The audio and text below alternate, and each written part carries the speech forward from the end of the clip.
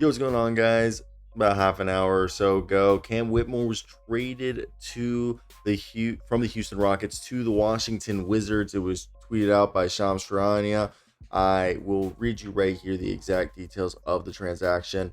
And basically, what we're hearing are the Washington Wizards are acquiring Cam Whitmore from the Houston Rockets in exchange for a 2026 Chicago Bulls second rounder and a 2029 Sacramento Kings second rounder. Basically, the Houston Rockets had a roster crunch that they had to do and a combination of salary cap gymnastics, and they send his contract out to a rebuilding team, which it seems that his representation wanted him to go to a team that was going to give him the opportunity to play and have the minutes and the shots to grow. Which not that this team in Houston was bad for him, but for a guy that he was the odd man out. They had championship aspirations. They weren't going to allow him to go and be brought on slowly. But in 98 games for them, he had average just under 11 points, 3.5 rebounds, about an assist a night on 45% from the field, 36% almost from three, an effective field goal percentage of 53%. Last year, he averaged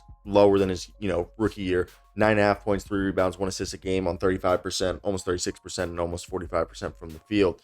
And this is an individual who has shown that as a person, when he does get the opportunity, he could be a 20 point per game scorer who grabs you, 5 rebounds, 6 rebounds a game while dishing out a few assists. Someone who can score at all three levels, has the size to play both forward positions, and probably is athletic enough to play the two guard, the big two guard. So for Brian Keefe, who's a defensive minded coach, it's a good guy to bring in. That now, you have Bub Carrington, CJ McCollum, Chris Middleton, Bilal Coulibaly, and Alex Sarr. In theory, you put in Bub Carrington and probably the Trey Johnson, Bub Carrington, Trey Johnson, Cam Whitmore, Bilal Coulibaly, Alex Sarr is like the future, with still, Marcus Smart, AJ Johnson, Corey Kesper, Keyshawn George. Now, obviously, Cam Whitmore, Dylan Jones, another one that they brought in. They drafted Will Riley.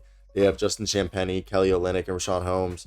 So I think it's good. While, if you're the Rockets, you were able to make some money moves. And in terms of, salary cap gymnastics, you'd already waived Jock Landau, and you have Fred VanVleet, Amen Thompson, Kevin Durant, Jabari Smith Jr., Alperen Şengün, Aaron Holiday, Reed Shepard, Nate Williams, Tari Eason, Dorian Finney-Smith, Steven Adams, Clint Capella, Jeff Green, and Jashawn Tate.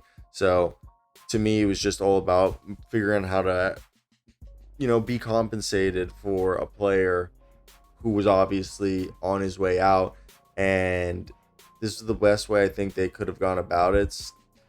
And it's just how we are with the second apron and everything, especially with the most important thing for a team nowadays is to set yourself up in a good opportunity to re-sign a player, or to move him, or re-sign to move him, or re-sign to keep him, like they had done with the Jalen Green and Jabari contracts.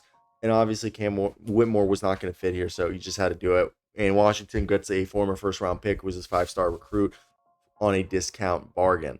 Let me hear your thoughts down below on this one. Quick little recap. Like, comment, and subscribe if you made it to the end. Thanks, guys.